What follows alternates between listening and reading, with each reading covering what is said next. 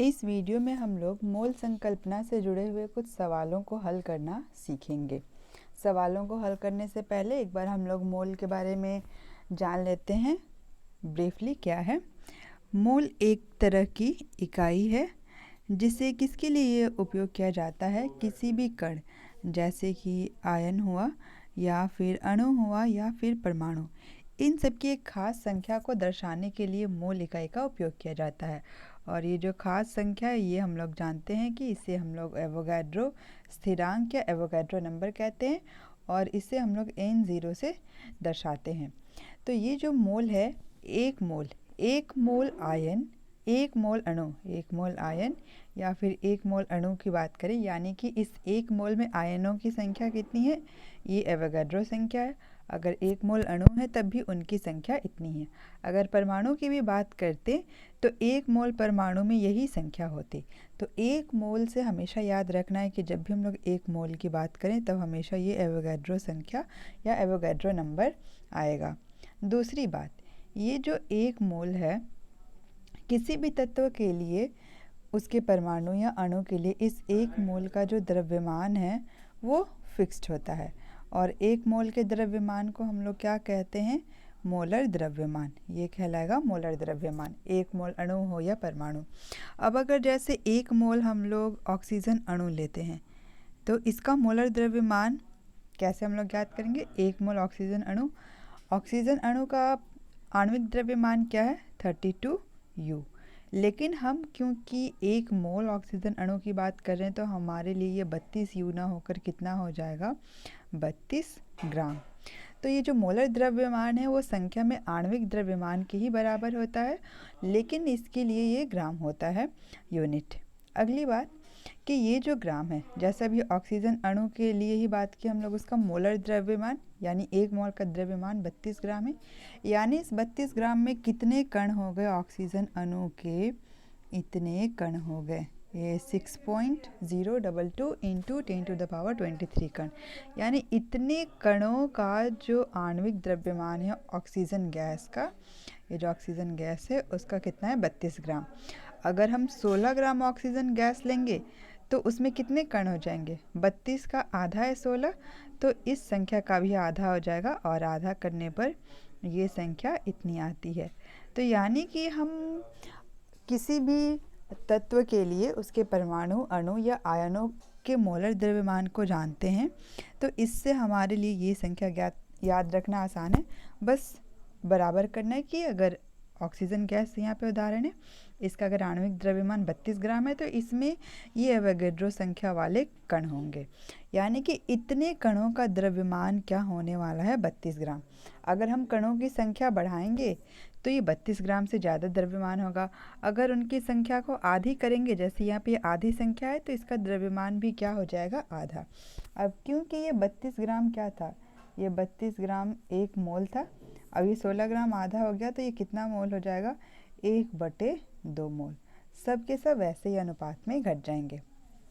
एक और उदाहरण हम लोग लेते हैं, जैसे किसका हम लोग ले, यहाँ पे कार्बन परमाणु का उदाहरण लेते हैं। ठीक है, कार्बन परमाणु, एक कार्बन परमाणु का द्रव्यमान जो है वो 12U। हम अब लेते हैं कितना परमाणु? 1 मोल कार्बन परमाणु। ठीक है, अब 1 मोल हो गया ना, तो इसका द्रव्यमान कितना हो जाएगा? संख्या वही रहेगी, U के बदले G। अब ये जो 1 मोल है उसमें कितने कण हो जाएंगे? ये एवोगाड्रो संख्या में कण हो जाएंगे। यानी इतने कणों का, जो कार्बन के कण हैं, परमाणु हैं, इतने कणों का द्रव्यमान हो जाएगा 12 ग्राम। यानी कि अगर हम 12 ग्राम कार्बन परमाणु लेते हैं तो इस 12 ग्राम कार्बन परमाणु में कितने परमाणु होंगे? 6.022 इंटू 10⁻23।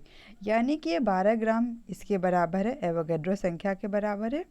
ये दोनों आपस में बराबर है और ये किसके बराबर है? 1 मोल के बराबर है। तो ये तीनों आपस में बराबर होते हैं।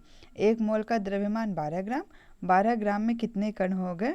6.022 इंटू 10⁻23 कण हो गए। तो बस अगर हम इसको ध्यान रखें कि मोलर द्रव्यमान, उसमें कणों की संख्या और 1 मोल ये आपस में बराबर होते हैं, तो इससे जुड़े हुए किसी भी सवाल को हम लोग बना सकते हैं। अब जैसे हम लोग पहला सवाल लेते हैं, हमें क्या ज्ञात करना है? मोल की संख्या। यानी कि ये बताना है कि कितना मोल है, जो भी यहाँ पे पदार्थ दिया गया है ये बताना है। तो सवाल में दिया गया है कि 52 ग्राम हीलियम में कितने मोल होंगे। अब हमें ये जानना होगा कि कितने ग्राम में एक मोल होता है।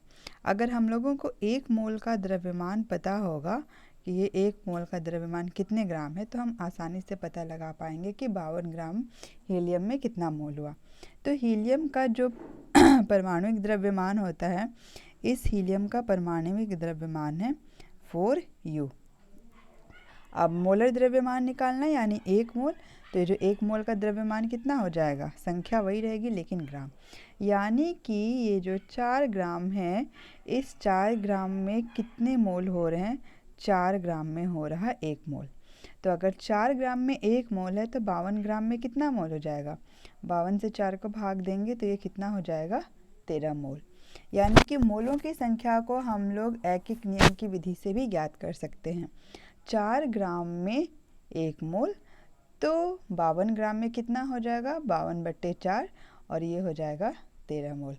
अगला सवाल हम लोग एक और बनाते हैं। अगला सवाल लेते हैं हम लोग। कणों की संख्या दिया हुआ है और बताना है कि इतने कणों में कितने मोल हैं। तो हमारे पास कितने कण हैं ये दिया हुआ है, ये संख्या दी हुई है। इतने हमारे पास क्या हैं, हीलियम के परमाणु हैं। अब ये बताना है कि इतनी संख्या जो है इसमें कितने मोल होंगे, 1 मोल होगा, 2 मोल होगा, 4 मोल होगा या आधा मोल होगा। अब मोल को हम लोग द्रव्यमान से न जोड़ के किससे जोड़ेंगे, संख्या से। पिछली बार हम लोगों के सवाल में द्रव्यमान दिया हुआ था 52 ग्राम, इसीलिए हम लोगों ने मोलर द्रव्यमान की बात की। अब क्योंकि संख्या है तो हम लोग एक मोल की संख्या जानेंगे। तो हम लोग ये जानते हैं कि एक मोल में कितने कण होते हैं, ये एवोगैड्रो नंबर वाले कण होते हैं। उल्टा पढ़े, इतने कण मिलकर एक मोल बनाते हैं। तो इतने कण मिलकर कितने मोल बनाएंगे। अगला स्टेप होगा कि अगर इतने कण मिलकर कितना बना रहे हैं, 1 मोल, तो एक कण मिलकर कितना बनाएगा, एक कण जो है वो 1/, ये संख्या हो जाएगी।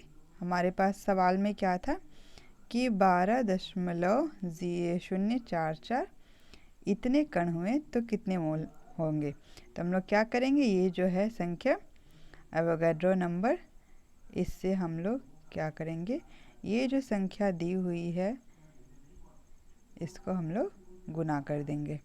गुना करेंगे तो ये तो कट जाएगा और ये कितना हो जाएगा, 2। यानी कि ये जो इतने कण हैं 12.044 × 10⁻23, इसमें कितने मोल हो जाएंगे, हीलियम के 2 मोल हो जाएंगे।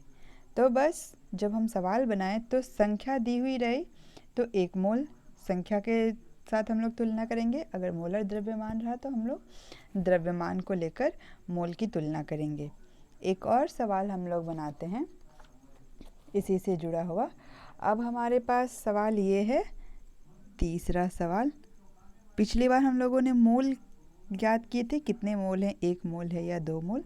अभी हम क्या ज्ञात करेंगे, द्रव्यमान ज्ञात करेंगे। ठीक है, सवाल ये है कि 0.5 मोल नाइट्रोजन गैस है हमारे पास, इस गैस का द्रव्यमान कितना है। ठीक है, अब ये नाइट्रोजन गैस है यानी कि ये क्या है, अणु है। तो हमें ये जानना होगा कि 1 मोल नाइट्रोजन गैस का द्रव्यमान कितना होता है। तो जो 1 मोल नाइट्रोजन गैस है ना, 1 मोल नाइट्रोजन गैस का द्रव्यमान होता है 28 ग्राम। अब 1 मोल का ये है आधा, तो आधे मोल का द्रव्यमान कितना हो जाएगा, 28 का आधा यानी कि 14 ग्राम।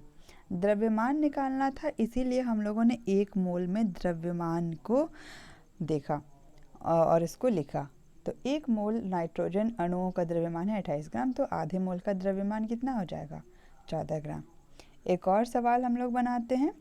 अब नाइट्रोजन से जुड़ा हुआ है, लेकिन इस बार क्या है, आधा मोल यानी कि 0.5 मोल नाइट्रोजन परमाणु हैं। ये अणु और परमाणु का भी ध्यान रखना है क्योंकि इनका द्रव्यमान अलग होता है।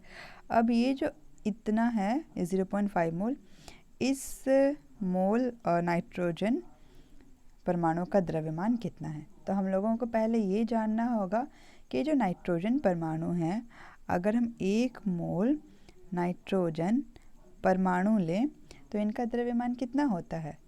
क्योंकि एक नाइट्रोजन परमाणु का 14 U है, तो मोल लेने से ये 14 ग्राम हो जाएगा। अब 1 मोल नाइट्रोजन का 14 ग्राम है, ये 0.51 का आधा है, तो इस 0.5 का द्रव्यमान कितना हो जाएगा, 7 ग्राम। 14 का आधा 7 ग्राम। अगली संख्या से हम लोग अगला सवाल लेते हैं। इस सवाल में हमारे पास क्या दिया हुआ है। पिछले सवाल में हमारे पास मोल की संख्या थी, द्रव्यमान निकालना था। अभी हमारे पास सवाल है कि ये इतने 3.011 इंटू 10⁻23 परमाणुओं का द्रव्यमान, और ये परमाणु किसके हैं, ये नाइट्रोजन के हैं, एन से नाइट्रोजन। तो यहाँ पे संख्या दी हुई है और इस संख्या का हम लोगों को क्या ज्ञात करना है, द्रव्यमान। अब ये हम लोग कैसे ज्ञात करेंगे, तो इसके लिए हमें फिर से मोल कॉन्सेप्ट में ही आना होगा। हम लोग ये जानते हैं कि नाइट्रोजन परमाणु 1 मोल का द्रव्यमान कितना है, 14 ग्राम, और 1 मोल में ये संख्या होती कितनी है, एवोगैड्रो नंबर। तो ये जो 14 ग्राम है 1 मोल का द्रव्यमान है, यानी कि ये जो एवोगैड्रो संख्या है, इतने ही नाइट्रोजन परमाणु का द्रव्यमान भी 14 ग्राम है। तो हमें ये जो फिक्स्ड नंबर है एवोगैड्रो नंबर, इसका द्रव्यमान पता चल गया। अब अगला स्टेप क्या होगा कि हम तुलना करेंगे। तो अगले स्टेप में हम लोग चलते हैं। इसके लिए हम लोग क्या करेंगे, इसको गणित के ऐकिक नियम से हम लोग बना सकते हैं। इतने कणों का द्रव्यमान कितना है, 14 ग्राम। तो एक कण, यहाँ पे ये कण क्या है, एक परमाणु, इसका द्रव्यमान कितना हो जाएगा, ऐकिक नियम से हम लोग देंगे तो ये भाग लग जाएगा। इस तरह से हमारे पास कितने कण दिए गए हैं, 3.011 इंटू 10⁻23। इसके लिए हम लोग क्या करेंगे, ये जो 14 है और ये संख्या यहाँ पर लिख लेते हैं हम लोग, इससे हम लोग इस संख्या को गुना कर देंगे। अब वापस से ये यहाँ पे कट जाएगा और ये यहाँ पे आ जाएगा 2 इससे कट गया।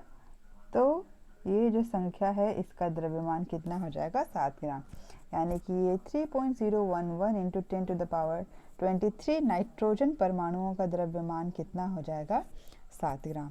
तो जब हम सवाल बनाए ना, तो हम लोगों को सवाल में क्या देखना है कि सवाल में हम लोगों को मोल और उसके साथ द्रव्यमान दिया हुआ है। अगर मोल और द्रव्यमान लिखा हुआ यानी कि ग्राम में, तो हम लोग क्या हमेशा निकालेंगे, सबसे पहले मोलर द्रव्यमान। जब भी हम लोगों को सवाल हल करना हो, मोलर द्रव्यमान यानी कि कोई भी तत्व हो, उसका चाहे अणु हो या परमाणु हो, उसके 1 मोल का द्रव्यमान कितना ग्राम हो रहा है, 14 ग्राम है या 28 ग्राम है या 32 ग्राम है, ये हम लोग करेंगे। और अगर हमारे पास दूसरा कॉन्सेप्ट दिया हुआ हो कि यहाँ पर मोल दिया हुआ हो और क्या कणों की संख्या यानी कि अणुओं की, परमाणुओं की, ये आयनों की संख्या दी हुई हो, तो हम लोग यहाँ पे कौन सा कॉन्सेप्ट लगाएंगे कि 1 मोल में एवोगैड्रो नंबर का कॉन्सेप्ट यूज़ करेंगे। जब प्रश्न में संख्या और दी हुई हो, संख्या ज्ञात करनी हो या संख्या से मोल ज्ञात करना हो, तो हम लोग 1 मोल में 6.022 इंटू 10⁻3 ये वाला कॉन्सेप्ट यूज़ करेंगे। अगला, अगर हमारे पास दिया हुआ कि परमाणुओं की संख्या दी गई हो और उनका द्रव्यमान, तो हम लोग क्या यूज़ करेंगे कि ये जो संख्या है किसी भी तत्व के लिए, इतनी संख्या में जो अणु है या परमाणु है, इनका द्रव्यमान किसके बराबर होता है, मोलर द्रव्यमान के बराबर। तो आपस में ये तीनों बराबर हैं। सवाल को देखते हुए हम लोग जहाँ संख्या लिखा हो संख्या का उपयोग करेंगे, जहाँ पे द्रव्यमान लिखा हो उसका द्रव्यमान का उपयोग करेंगे। और इस तरह से हम लोग गणित का अगर ऐकिक नियम का उपयोग करें, ऐकिक नियम होता है यूनिटरी मेथड, तो हम लोग मोल कॉन्सेप्ट से जुड़े हुए बहुत सारे सवाल बना सकते हैं। एक और अंतिम सवाल बनाते हैं हम लोग। क्वेश्चन है हमारे पास, कणों की संख्या की गिनती करनी है, ठीक है, कणों की संख्या यानी कि ये एवोगैड्रो नंबर से कंपेयर करना है। सवाल है कि 46 ग्राम सोडियम परमाणु हैं।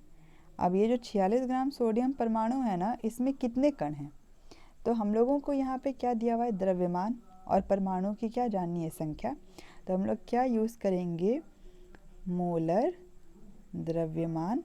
और ये जो मोलर द्रव्यमान है सोडियम का, वो इसकी संख्या कितनी होगी? परमाणुओं की एवोगैड्रो संख्या होगी। अब हम लोगों को ये पता चल गया कि सोडियम का जो मोलर द्रव्यमान है वो एवोगैड्रो संख्या के बराबर है। अगला स्टेप हम लोग क्या करेंगे? क्योंकि ये जो एवोगैड्रो नंबर है सोडियम परमाणु का, इनका द्रव्यमान होगा 23 ग्राम। 23 इसलिए क्योंकि सोडियम का जो परमाणु द्रव्यमान है वो क्या होता है? 23 U होता है ना। तो जब मोलर द्रव्यमान में लिखते हैं तो 23 ग्राम हो जाता है। तो इतने कणों का द्रव्यमान है 23 ग्राम। उल्टा हम लोग बोलते हैं 23 ग्राम में कितने कण हैं एवोगैड्रो संख्या में? इतने कण हैं। तो 1 ग्राम में कितना हो जाएगा? हम लोग इस संख्या को डिवाइड करेंगे, ये जो है, और 23। अब हमारे पास कितना दिया हुआ है? 46 ग्राम। तो जब हम लोगों के पास 46 ग्राम है तो हम लोग क्या करेंगे? ये जो एवोगैड्रो संख्या है बट्टे 23 गुना क्या करेंगे? 46। 23 दूनी 46, और जो संख्या होगी वो कितनी हो जाएगी? अगर हम गुना करके ले आएँ तो ये संख्या हो जाएगी 12.044 इंटू 10⁻23। तो बस कंपेयर करना है कि हम लोगों को निकालना क्या। अगर संख्या निकालना हो तो हम लोग मोलर द्रव्यमान में जो संख्या है एवोगैड्रो संख्या, उसको याद करेंगे। अगर हम लोगों को मोल निकालना हो तो कितने द्रव्यमान में 1 मोल होता है, ये ज्ञात करना है। और इस तरह से हम ध्यान दें सवाल में कि वो क्या पूछ रहा है, तो हम लोग मूल संकल्पना से जुड़े हुए सवाल बना सकते हैं। ठीक है।